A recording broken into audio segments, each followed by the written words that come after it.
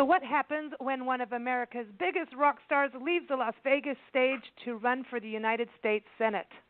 Kind of like Kid Rock who wanted to run, right? Oh, stop it. Oh, boy. Wayne Avrashow is joining us. He knows politics. He knows campaigns. He's been in that world for a number of years. He knows the legal world, too, and it shows in his first novel and critically acclaimed thriller. It's called Roll the Dice. It's published by Fiery Seas. I love that name of a publishing house. Yeah. And in pre-publication, it got a review from Kirkus, was awarded as one of the year's best unpublished manuscripts and they termed it as politics at its corrupt, dysfunctional best. Would you agree with that, Nancy? You read the book? It's right there, yeah. Yeah. Wayne is an attorney, former campaign manager in Los Angeles politics, a government commissioner, and author of a number of op-ed articles on political and legal issues. So this is going to be fun. And we're happy to have Wayne join us on Big Blend Radio's Happy Hour show today to talk about Roll the Dice. Of course, you can get it on Amazon, Goodreads, all those great places. You can also go to his website, WayneAvrashow.com, and he's also on Facebook and Twitter under the same name. Welcome, Wayne. How are you? Well, I'm well, Lisa, Nancy. Good to talk to you. You too. So is Happy Hour like a good thing that happens consistently when it comes to politics and politicians? I mean, that's something like martini lunches, people said, kind of went away. Does Happy Hour still occur in that arena? Well, I think it occurs in many arenas. So I don't limit it to politics. There's a lot of stories in the past of Tip O'Neill and Ronald Reagan having a drink together at the end of the day. So I think it did happen, and I think it still happens. Yeah. Well, I think that if you're in politics, you probably need a drink at the end of the day. I know. What led you to write a novel, number one, and then number two, put it into the world of politics? And then we want to talk about the story and your main character, Tyler Sloan. Well, there's an old saying in writing, you write what you know, and as you stated, I ran a couple of successful Los Angeles campaigns, and I've been involved in local politics, LA City, LA County politics. So I enjoy novels, and it allows you to be creative. It allows the author to be creative and create a world. I'm not skilled enough to create a Harry Potter or Hunger Games world, but I painted and created a world of politics where, like you said, Tyler Sloan, and you mentioned Kid Rock. Tyler Sloan is more John Bon Jovi, if you will. Okay. And think of John Bon Jovi going off the stage and running for the United States Senate. And when I was first writing the book, I didn't know, well, is this feasible? Is this possible? But then I looked around and I saw different people. Al Franken was a comedian, then a senator, and Donald Trump goes off the reality show to become president. So the bottom line, anything's feasible. Well, Ronald Reagan was an actor. What about Arnold Schwarzenegger? Yeah. Sure. In California, Reagan and Schwarzenegger were giant names. So do you think that they were successful because of name recognition or because they had a lot of money? I mean, is it really the money that wins in politics? I think you have to have enough money to compete. You don't have to have the most money, but you have to have enough money to compete. But if you have enough money to compete, plus you're well known, and if you're in the entertainment world, as Reagan was, and Schwarzenegger, and my character Tyler Sloan, you're good in interviews. You're great at meeting people. People respond to you. And when Tyler Sloan walks through a shopping center in Las Vegas, everybody knows who he is. And I don't know if the governor of Arizona can walk through a shopping center and people start screaming. I don't think so. Well, they might, but not out of excitement. I know. It's interesting. Sorry, Governor. Well, I think it's interesting because you see this trend. I mean, even people were looking at Oprah, because she did that speech at the Oscars, that, she's going to run. And it's now if anybody opens their mouth, like at the Grammys or anything, and says anything, then it's like, are you running for president, or are you going to run for the Senate, or are you going to run for something? And it is really interesting how people are turning out. in getting involved more in politics. I know definitely in women, there's a lot more women. There's Emily's List going, a lot of women jumping on board. But it is interesting how people are starting to go, you know what, I want to do something. So I think, if it's a musician, I see people looking at that, and there's a lot of people who don't want to see that. They feel like it should be a politician, it should be a lawyer, not a musician. But what do you think about that part? Like, does it matter? Yes, it matters in this sense. You cannot be frivolous. I created a character, Tyler Sloan, and his father was governor of California, Mike Sloan. So Tyler was around politics all his life. He was a serious guy. He was not a flighty guy.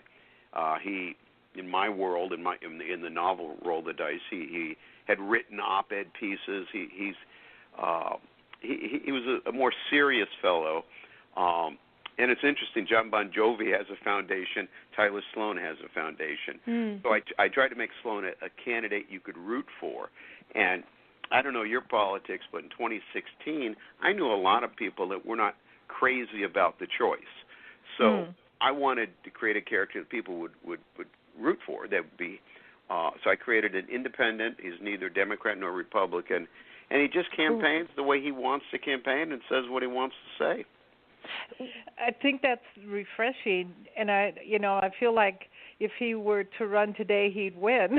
Right. I mean, and because having an independent, I think that is something that's got to be an interesting part of it too. Because a lot of people are like, Bernie Sanders would have done better if he stayed independent. Maybe, it's like people are going, can't we have a third party now? Because there's a lot of people.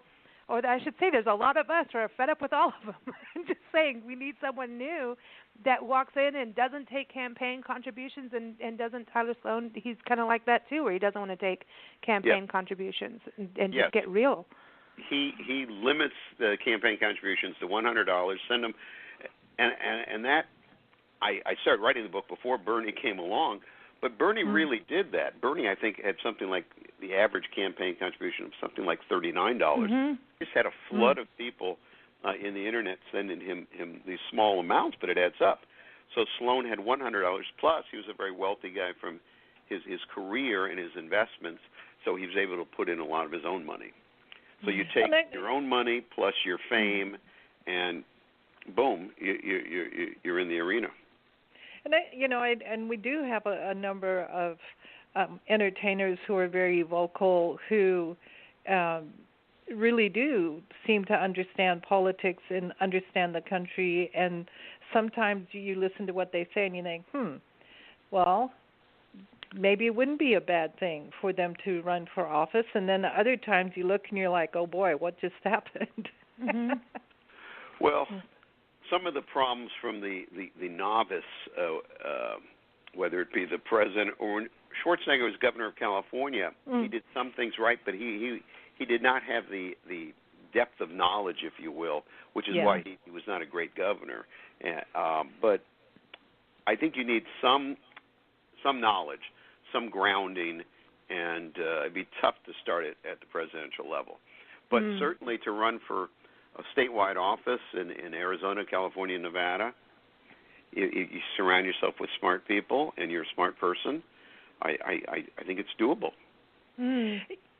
Do you know, because you obviously are a little more on the inner circle of politics than we are, do the elected officials really write the laws, or do they have a lot of aides that do most of the work?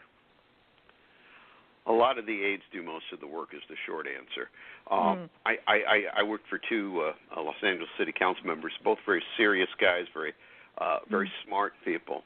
And a lot of times it was their ideas that myself and others implemented, but sometimes they did it. So it's a combination. At the higher up you go in the political world, the less that person actually does. But sometimes it's an idea, let's do this, and then the staff figures out how to do it. And what about your take on, are the people that you've run into really serious about helping the American citizen, or is this just like, I'm going to be really famous now? Or money involved? Is it for money? No, I don't see it for money. I mean, rarely you'll see a corruption case where something happens. I don't think that's mainly the case. I think it's there's some fame involved. There's some of that involved. I think people do want to make a change. Most people that run for office want to make a change. So I give people in politics the benefit of the doubt. Public service. John Kennedy said public service is an honorable profession, and the young man in me still thinks that's true. I think we have to have that faith and hope in there, because otherwise we're all just going to, pack it in, throw our dishcloths down in the sink. But tell us a little bit about Tyler Sloan. You're a rock star that decides to go into politics, and why did he decide, want to run the United States Senate? Actually, and what's interesting is we actually know a family in Nevada, from Yerington, Nevada, and they're the oldest family-run and owned casino in the state, in Yerington, just outside Reno. And their family did run in the Senate and was actually senators and governors and mayors of today. It's still happening. So it's really kind of interesting. I want to take your book to them, to the Deenies. Yeah. It's the J. Deenie family. It's an empire of Deenies, seriously. But what was it? Because they really wanted to make specific changes. Their family saw things, and they were like, man, this has to change over here. And there are, of the families, all different between Republicans and Democrats, all been different. But for Tyler Sloan, did he have like a specific issue that he was going after that made him, say, hey, I'm gonna go for this? Well, Sloan was motivated by a couple of factors. One, on a personal basis, he turned 50 years old. So it was a milestone for him, as it is, different ages are different milestones. And he was reflective on his life. He looked at his success, and he looked at his father's success, and he thought his father was, before entering politics, a civil rights attorney. His father was had achieved more. It was more lasting, his father's political success. So Tyler was motivated by that. And he was motivated politically, that he was frustrated that really nothing gets done, that the Democrats all stay with their position, Republicans stay with their position, and there's very little compromise. There's very little, okay, I can do that, but in return you have to do this. And we see that nationally. We see that in most states. And to myself and to Tyler Sloan, that's a little frustrating, because sometimes you have to compromise to get 70, 80% of what you want, and that's okay. You don't need 100%. I look at. I heard your comments on the tragedy today in Florida, and one of my frustrations is personal frustrations. But I see this, and it came out in the book. I won't say it's not too political that it's a political treatise or anything like that. It's a fast-moving novel. I keep it light, but I touch on some of the issues, including guns, and for the life of me, I don't know why there can't be some legislation to deal with that allows people to have the right to have a gun. Some single women, and if they want to have a gun to protect themselves, I'm 100% fine with that. But I don't think anybody needs an assault weapon. I don't think anybody needs a stockpile of weapons. I just don't think so. Yeah, and I don't understand the fear of this big drama with the NRA. It's like, oh, you're taking away, or the part of the Bill of Rights and all that, and nobody ever said no guns ever for anybody under any circumstance. Nobody's ever said that. It's just about keeping war weapons out of the hands of people who don't need to have them. And mental health checks need to be happening. I mean, it really. We have, Nancy's brother. That's how he lost his life, was someone opening fire on him. Yeah. And so we know pretty how these, and that was in Florida too.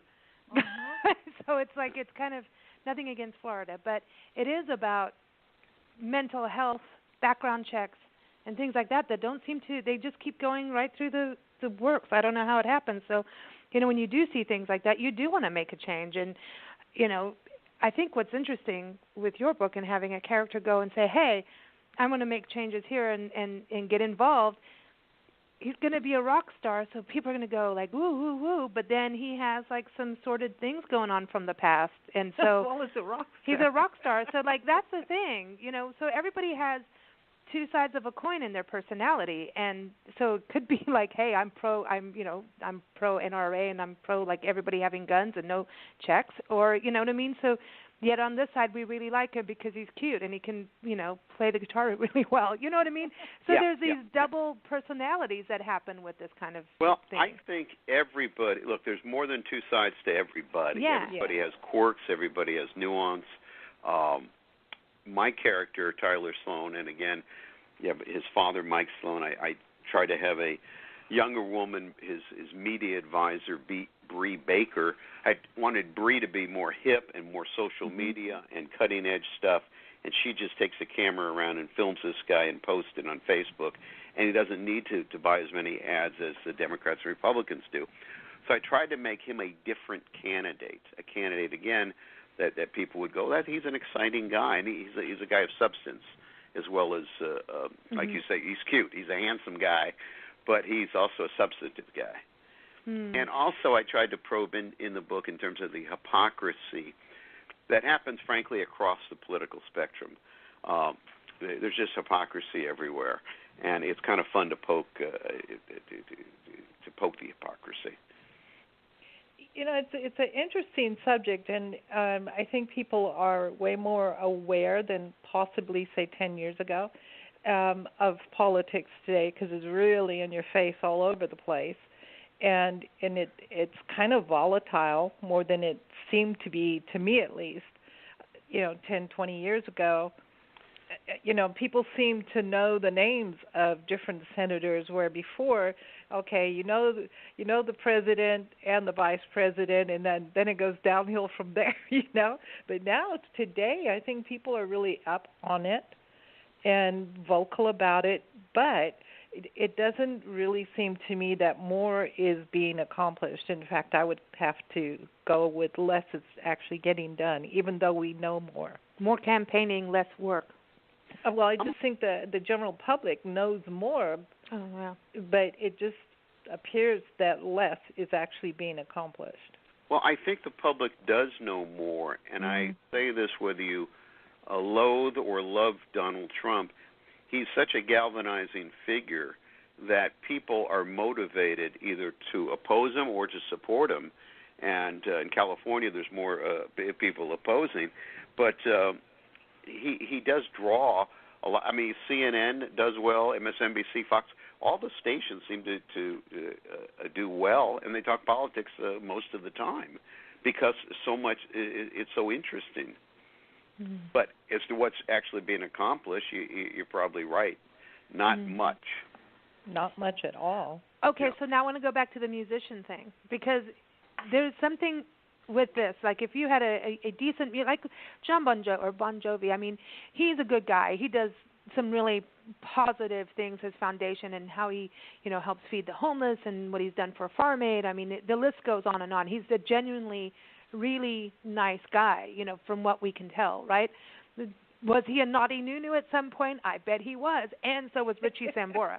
But anyhow, he's the one with the sex tape. But anyway, but one thing I think can be interesting is, musicians do know how to juggle things. They're not all stoners and, crazy people. But it can help to get the younger generation involved in politics by having a musician that's a rock star get up and run, even if they bow out last minute or something, just to get that pot rolling, to get the younger kids, even teenagers need to start thinking that they're going to have, they can cast votes when they turn 18, and that they can talk to their parents and say, Mom, Dad, can you vote for so-and-so, and this is why, to have like family discussions.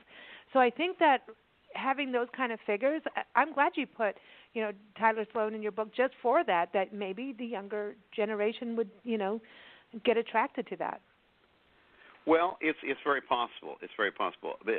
People listen to people in the entertainment world. They're the athletic world, athletes, rock stars, movie stars. It's always rumored and if Tom Hanks wanted to run for governor of California, nobody would beat him. He'd win easily. Everybody likes Tom. Okay, fine. Yeah. So you do have a platform as an entertainer, and I consciously tried to not abuse that in Roll the Dice. Mm-hmm. I wanted Tyler Sloan to be a serious candidate, but a guy that just wants to have fun out there.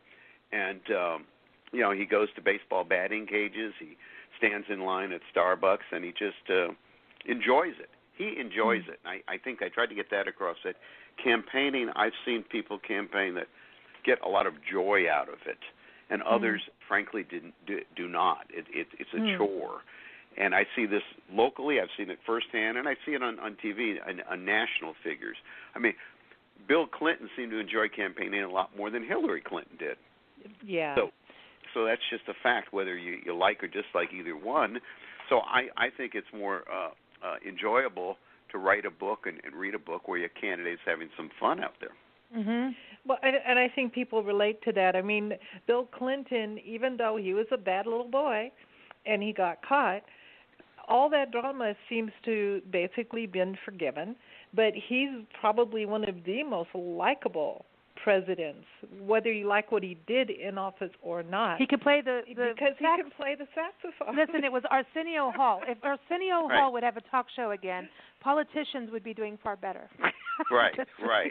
Well, I remember when Clinton went on there, and I saw Clinton a couple of times at the Democrat convention in 2000 when he was in Los Angeles. Both one night he spoke there and one at a lunch. And he was a captivating. Yes, his personal behavior. He certainly made some mistakes there, but he was. I saw in person. I saw Reagan when I was in college, when he was governor. I saw Clinton when he was president, and to me, those two guys really connected with the audience. And two different, one Democrat, one Republican. Yeah, I think like John Kennedy obviously connected as well, and then along comes George Bush, not so much. There's a likability factor that I think has a lot to do with whether or not you're successful as a politician. Because when you're, George Bush had a good sense of humor, Junior. I mean, he is funny. He's funny. Yes. He's funny. And he's a good painter. I agree. And there's a poll. It's asked in slightly different ways every 4 years at the presidential level. Who would you want to either have a beer with, or who would you want to have at your backyard barbecue? Al Gore or George Bush. And it was a very close election, but Bush won that poll. I enjoy that poll because it just is a little snapshot at who's the likability factor. Yeah. In 2016, I'm not sure either candidate would have scored that high, but each candidate would have had their base that would have said, I want Hillary or I want Trump at mine. A lot of people would have said I'd pass on either one.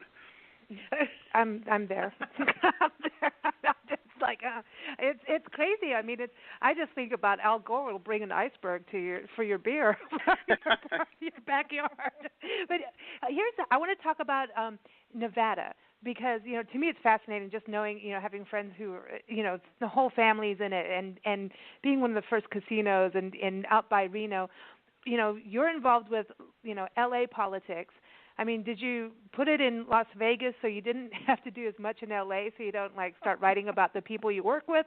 Or what was it that attracted you to Las Vegas and then all the areas around there? I know you do have a little bit of LA in your book too, but what was it about Vegas? Or Nevada, I should say. Well, I wanted to write a statewide race, so it's either California or Nevada for me.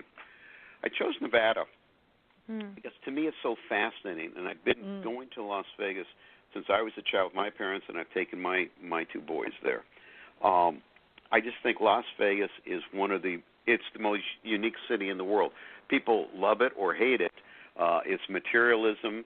It's man-conquering nature. It's fun. It's escapism. It's a lot of things. You read into it what you want. And then, of course, you go off the Las Vegas Strip, and in 10 minutes you're in the barren desert. It's crazy.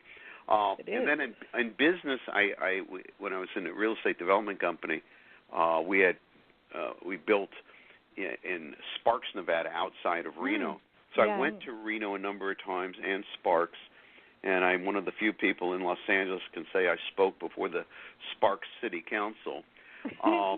So it was just, I find it a fascinating state. Reno has a western edge to it. It's urban, but it's got, a ruggedness to it. And then you drive, if you drive from, whether in Arizona to Las Vegas or from Los Angeles to Las Vegas, you go through parts of that state, and California too, that are just, you look around, you see this house out in the middle of nowhere. Some guy's living there. It's like, why? Why are you living there, buddy? But he's there. You know, that reminds me of a friend. He retired in Mexico, and we were living out in Joshua Tree area. And so we used to, when back in the days, I mean, way back when we used to print our magazine, we used to print in Las Vegas. And so, and that was fun. It was a blast. So we got to know Vegas and that whole area very well. But I drove him from Mexico up to our place, and we're going through some of the areas you're talking about, and you'll see, and I mean, especially driving up to Vegas from where we were, driving him up, and he just kept looking at me and shaking his head, and he had this look. He called him the Commodore, and he just would look at me and go, "Why? Why?" And I'm just like, "Well, people want to be. Why? There's nothing here." And I'm like, "Well, there's a Joshua Tree over there." He goes, "Well, you can go to the park for that." And I'm like, "Why?"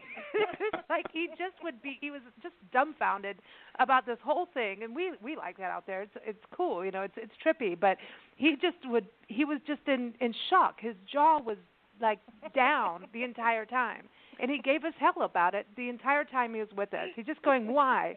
And we're like, "I don't know." but you know, the whole Nevada is so fascinating because you just, like you're saying, you go outside of Vegas and you can see why they dump bodies out there, man. It's like no one's going to go digging around there, you know, unless you're a cop. No, Las Vegas is it's a fascinating city. I mean, how Nevada came to legalize gambling, and then it's the only state that has it, obviously. But Las Vegas, the mob was so heavy there in the 40s, 50s, and 60s. And then corporations took over. But it's escapism is the word I come back to, that I enjoy when you go there, because you don't worry about everything. But it's an unusual city. I mean, I know people that really don't like it, and that's cool too. But it's a big city now, and what I tried to do was create a good palette that Las Vegas. The book isn't set in Nevada. A lot of scenes in Las Vegas.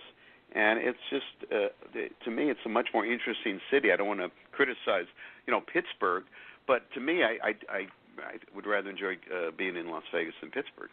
Well, I love Las Vegas. I hope that doesn't offend anybody, but. Well, it's just that there's no place like it. And I know places went and put casinos, and there's casino like towns here. It's not the same. But you did go to Pahrump, and Pahrump, I mean, that whole area, that is brothel city, man. And Heidi Fleiss is up in the hills over there, you know. So you've got that. I mean, the whole it's just fascinating because it's interesting to watch. And some of the Westerners out there, it's like, get off my land as well. Like, they'll come at you with a shotgun very easily. But there's that, it's basically where it's almost like government doesn't rule in a way. Like, it's like everybody's their own grandpa. Well, there is a freedom. Everybody's their own grandpa. That's a good line. There is a freedom in Nevada, an independence in that state that I tried to capture. I tried to make Nevada, and especially Las Vegas, a character in the book, that it has nuance. Again, some people love it, some people don't. But where else can you do what you can do in Las Vegas legally, right? I mean, a brothel scene was inspired, but there was an old show, I don't know if it's still on HBO, but there was a brothel outside of Reno, and I'd watch the show, and it was just so matter of fact. Okay, guys, come to the brothel. Okay, well, again, where else in the United States does that happen? It's anti-Puritan. Well, the friends that we have, they tell stories about there's initiations that happen, like for. Am I going to get in trouble if I say anything? Probably, but we've got a lawyer on the phone. Well, I'll try to protect you here. Initiations. There's initiations okay. that end up with young men ending up in brothels there, Yes. or just driving there as a joke to see what guys will do. And it's just really funny. Jay's told us some crazy stories. I mean, he's just like, it is another country. I mean, Nevada is its own country. It has a different mindset. Yeah, but he says there are initiations in that brothel. So, did you go to the brothels? Well, let me answer it this way, Lisa and Nancy. I've been married twice.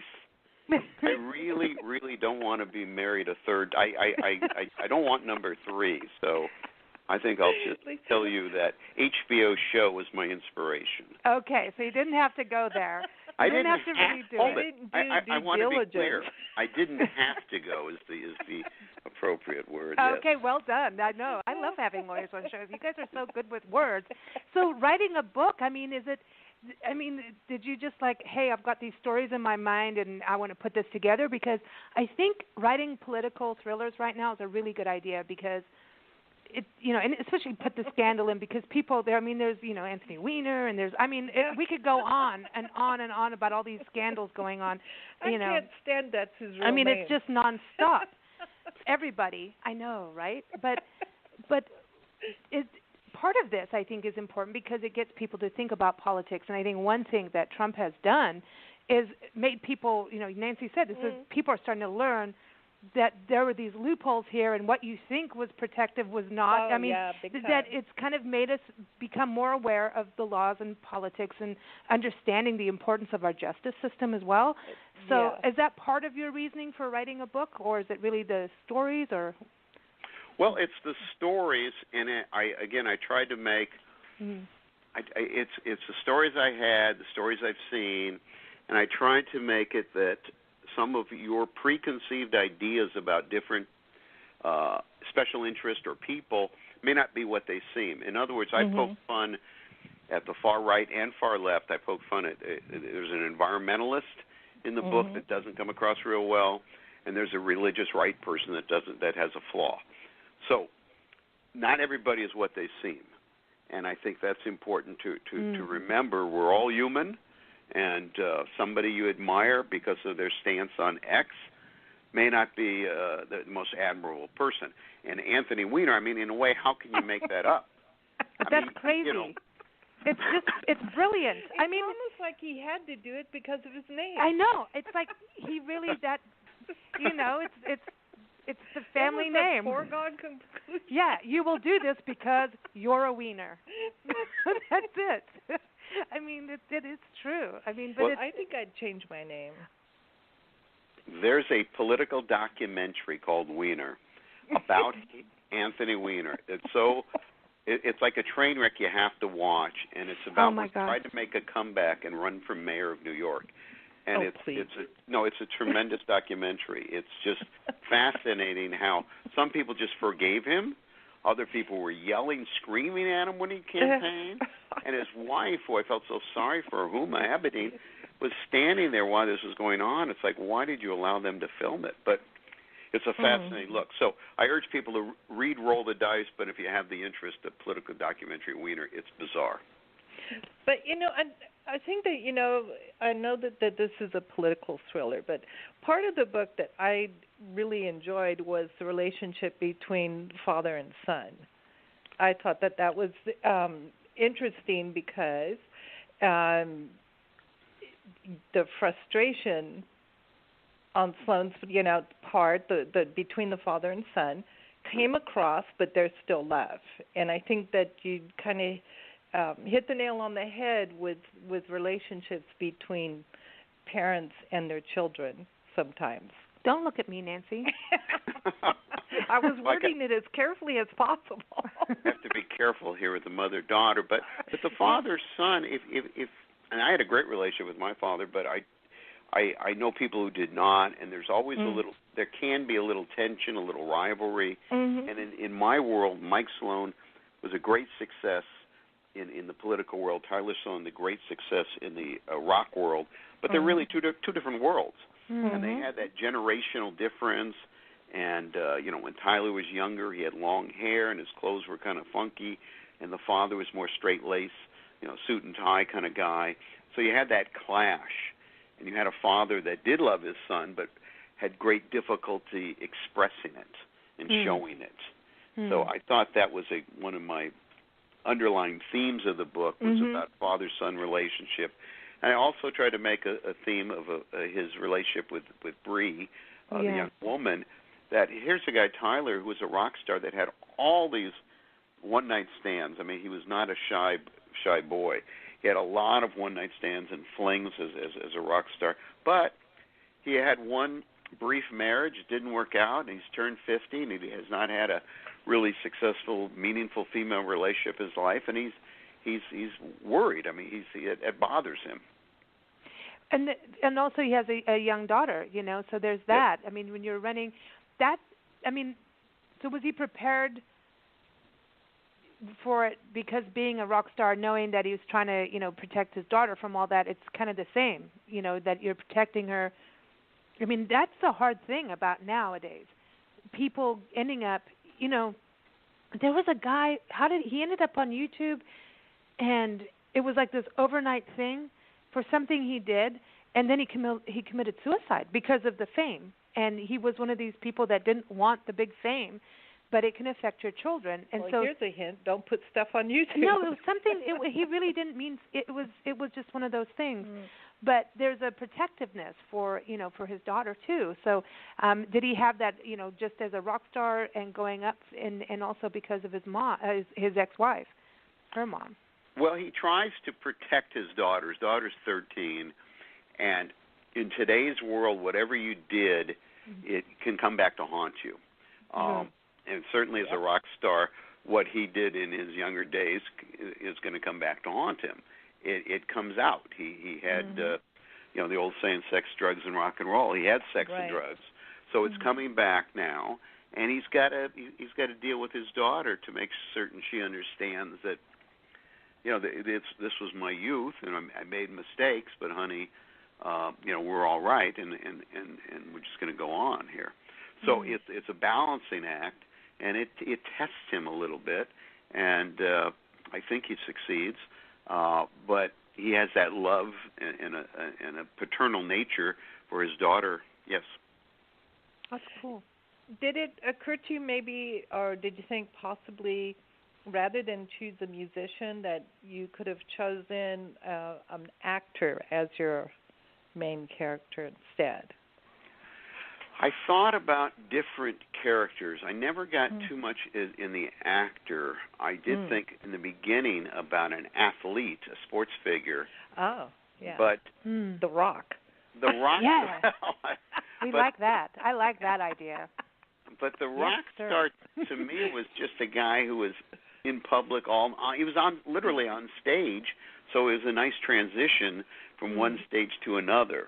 And I'm a big fan of rock music, so I struggling who it would be. I thought maybe a Springsteen character, but he was a little too now too he rough. would win.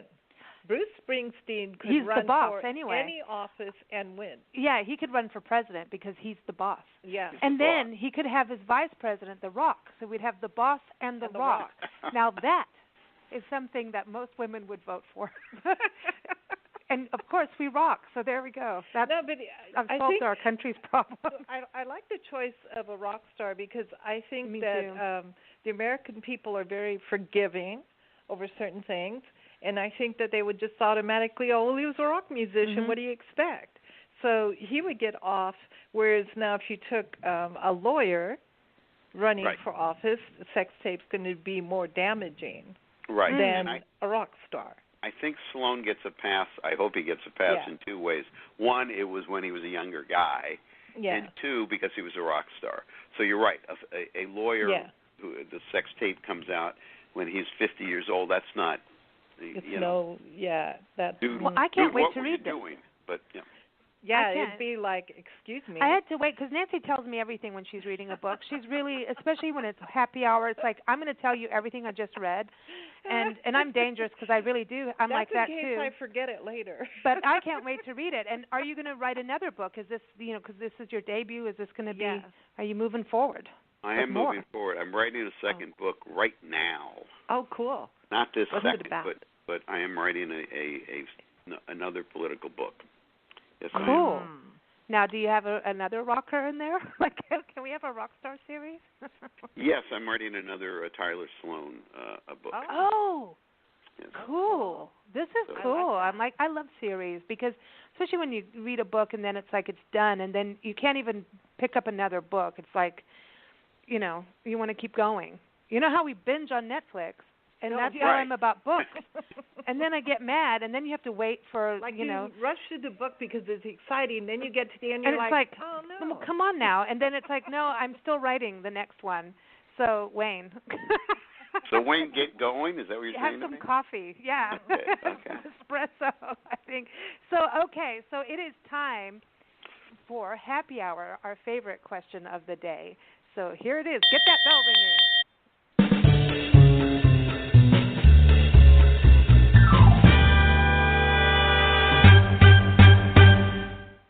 So, Wayne, if you could spend happy hour with anybody, alive or passed on, or you could put a fictional character in there, I don't care.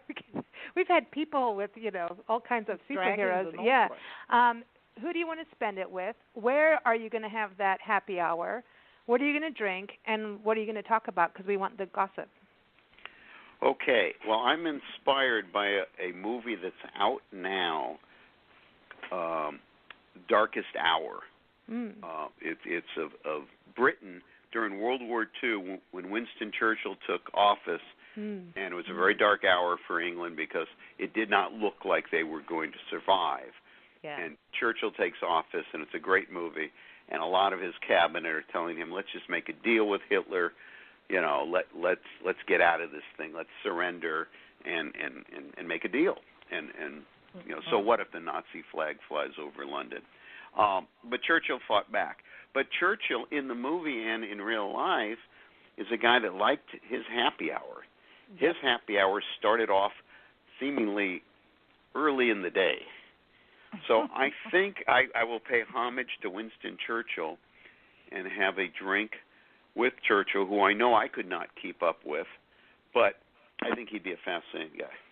Yeah, I think I think he's an incredible person, and just he must have really been something, to just stand there and oh no, there's not going to be no German flag flying over. Didn't he have happy hours with FDR? Yes. At one point. Yes. He came over to the White House and they would drink a lot, and Churchill drank a lot. I guess Roosevelt drank, but no one could keep up with Churchill. And Churchill was very funny. He was witty. He was brilliant. And yes, they would drink cognac till late in the evening. Figuring out the fate of mankind is a tremendous story. Wow. Yeah. I mean, is there a specific place, or did I miss that? I just got all excited thinking about it. I guess if I was having a drink with Winston Churchill, I'd want it to be in his domain. I'd like it to be in his office, at Parliament, or Downing Street. And, I'd like it to be in his domain. And there was a great quote Churchill said, I won't bore you with too much, but where he was at a dinner party and some woman complained to him, Mr. Churchill, you're a drunk. And he said the great comeback, it always stayed with me, I may be a drunk, but in the morning I will be sober and you will still be ugly. Now, I love that. It's a mean thing to say, but it's a very funny thing to say. Yeah, it's terrible. It's absolutely terrible, but it's funny as hell. I love that. I love that. There's and I have to really watch my language on this, but there was a quote in Deadwood. Oh, sure. And I love Deadwood. That was great. And I remember there was all this stuff going on, and the one guy went, well, oh no, I can't because it's no, I can't. I have to watch myself on the show. But basically, someone told someone to go and do go Anthony Weiner yourself. Yeah. And the guy said, well, it's the morning, and that's the best time to do that. I totally messed it up, and I can't say it without it being full on. But anyway, I love those. Churchill and FDR, I would have loved to sit with the two of them because that to me, just. That would have been so fascinating. I would like to see a wrestling match between Donald Trump and Churchill. Oh my gosh, and the other person with Churchill, I'd like to see because what's his name that we love, your guy that Nancy from Star Trek. Oh, William Shatner. I would like to see William Shatner and Churchill together. He for could some actually reason. play. He could Churchill. play Churchill. He could. He could play Churchill. He definitely could play Churchill. He has those cheeks. Yeah, you know, just that bullshit. But I'd like to see them in there. So can you open up the doors to your happy hour so we can have this whole party so we can all sit in there? Because it sounds like it needs to, we all want to be in there. That's awesome. Wayne, thank you so much for joining us. It's been a pleasure, and I have a song to play for you. Because look forward to it. It's about Reno. Okay, so I just thought we had to do this. But everybody, again, the book by Wayne Avrashow is Roll the Dice. It's on Amazon. It's all those places you can get books. Go to his website, wayneavrashow.com, and here it is. This song is called, the whole title of the album is awesome. It's called Nothing's Permanent. So I figure that goes with politics, right? Yeah. And it's from a band called The Loose Hinges. And they're from Nashville, and this song is called Reno to Ruin. It's one of my favorite songs of theirs, but I just thought we had to play that because of Reno and Nevada. So that's what we're going to play for you. So thanks for joining us. Thank you. Thank you both. Yeah, and good luck. Keep us posted on the next book. Yeah. Will do. All right, you take care. Everybody, here it is, Reno to Ruin.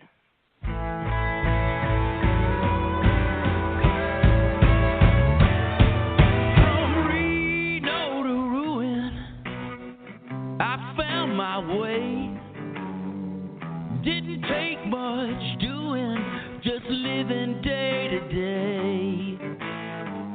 I was once new in town, but now I'm here to stay.